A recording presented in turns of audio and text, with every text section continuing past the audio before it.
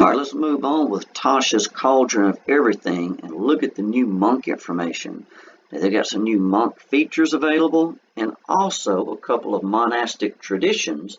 One of them we'll look at right here called the Way of Mercy. So right here at the beginning they give you the normal intro, but they tell you a second level monk feature which has been added is now called Dedicated Weapon. You train yourself to use a variety of weapons as monk weapons, not just simple melee weapons and short swords. Whenever you finish a short or long rest, you can touch one weapon, focus your ki on it, and then count that weapon as a monk weapon until you use this feature again. So that's big. That just so much greatly expands the weapons that you could have available to you. The chosen weapon must meet this criteria. The weapon must be a simple or martial weapon. That's great.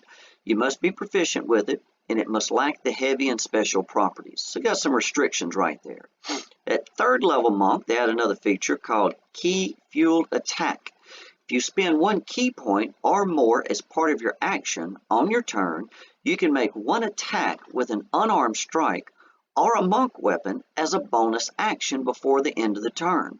So getting bonus actions, especially attacks, is always great. I think that's a nice new addition right there. So back up here at the top, I got a new fourth level monk feature called Quicken Healing. As an action, you can spend 2 ki points and roll a martial arts die. You regain a number of hit points equal to the number rolled plus your proficiency bonus. So some extra healing there is always good to have available to you. Fifth level monk feature is called Focused Aim. When you miss with an attack roll, you can spend 1 to 3 ki points to increase your attack roll by 2 for each of those ki points you spend, potentially turning the miss into a hit. So think about that. If you miss on an attack roll, you can basically add +2, 4, or 6 to what you rolled. So if it's something critical, it might be worth it. That's expensive expenditure of your ki points right there, but there are times you might need it. And then under this, we get to the monastic traditions right here. At third level, a monk gains the monastic tradition feature, which offers you the choice of a subclass. The following options are available to you when you make that choice, and they got Way of Mercy or Way of Astral Self. So we'll look at Way of Mercy in this video right here. So below we see monks of the Way of Mercy learn to manipulate the life force of others to bring aid to those in need. They are wandering physicians to the poor and hurt. However, to those beyond their help, they bring a swift end as an act of mercy. So we see where the mercy comes from right there. Those who follow the Way of Mercy might be members of a religious order, administering to the needy and making grim choices rooted in reality rather than idealism. Some might be gentle-voiced healers, beloved by their communities, while others might be masked bringers of macabre mercies. The walkers of this way usually don robes with deep cowls, and they often conceal their faces with masks, presenting themselves as the faceless bringers of life and death. So it might look something like this guy right up here, shown in this picture. So let's see, we got through that, presenting themselves here. All right, third level Way of Mercy feature, Implements of Mercy. You gain proficiency in the insight and medicine skills, always good to have proficiency there, and you gain proficiency with the herbalism kit.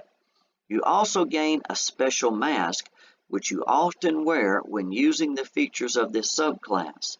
You determine its appearance or generate it randomly by rolling on the Merciful Mask table. So if you look here, you can roll a 1d6. For 1, you get a raven, and then 2, blank and white. This guy got up here. That must be what he has right there. 3, crying visage. 4, laughing. 5, skull, and 6, butterfly. So at third level, Way of Mercy feature, another one right here, Hand of Healing. Your mystical touch can mend wounds. As an action, you can spend 1 ki point to touch a creature and restore a number of hit points equal to a roll of your martial arts die plus your wisdom modifiers. You could get some critical healing right there. If in a big battle, you know you're up against a big bad guy, you might want to throw that in there, especially if the healer's down in the party. When you use your flurry of blows, you can replace one of the unarmed strikes with a use of this feature without spending a ki point for the healing. So that's nice right there. you could get some healing, but there you don't have to use up your ki. Right after this, we see up here they have another third level Way of Mercy feature called Hand of Harm. This time you're going to use your ki to inflict wounds. When you hit a creature with an unarmed strike, you can spend 1 ki point to deal an extra necrotic damage equal to 1 roll of your martial art die plus your wisdom modifier. You can use this feature once per turn. So of course now you're doing harm instead of healing. 6th level Way of Mercy feature, Physician's Touch. You can administer even greater cures with a touch, and if you feel it's necessary, you can use your knowledge to cause harm. When you use Hand of Healing on a creature, you can also end 1 disease or one of the following conditions affecting the creature: blinded, deafened, paralyzed, poisoned, or stunned. So that's really good to have right there. End a disease, think about something like paralyzed or stunned for a critical party member in a big battle, could be very useful. When you use Hand of Harm on a creature, you can subject that creature to the poison condition until the end of your next turn. So add something to your Hand of Harm right there too. 11th level Way of Mercy feature, Flurry of Healing and Harm. You can now mete out a flurry of comfort and hurt. When you use Flurry of Blows, you can now replace each of the unarmed strikes with a use of your Hand of Healing without spending ki points for the healing. In addition, when you make an unarmed strike with Flurry of Blows, you can use Hand of Harm with that strike without spending the ki point for Hand of Harm. You can still use Hand of Harm only once per turn. So it gives you an option right there. Use the healing or the harm option, whichever one you need. And then 17th level Way of Mercy feature, Hand of Ultimate Mercy. Your mastery of life energy opens the door to the ultimate mercy. As an action, you can touch the corpse of a creature that died within the past 24 hours and expend 5 ki points. Boy, it's a big expenditure.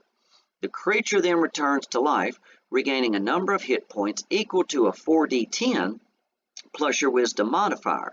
If the creature died while subject to any of the following conditions, it revives with them removed. And that includes blinded, deafened, paralyzed, poisoned, and stunned.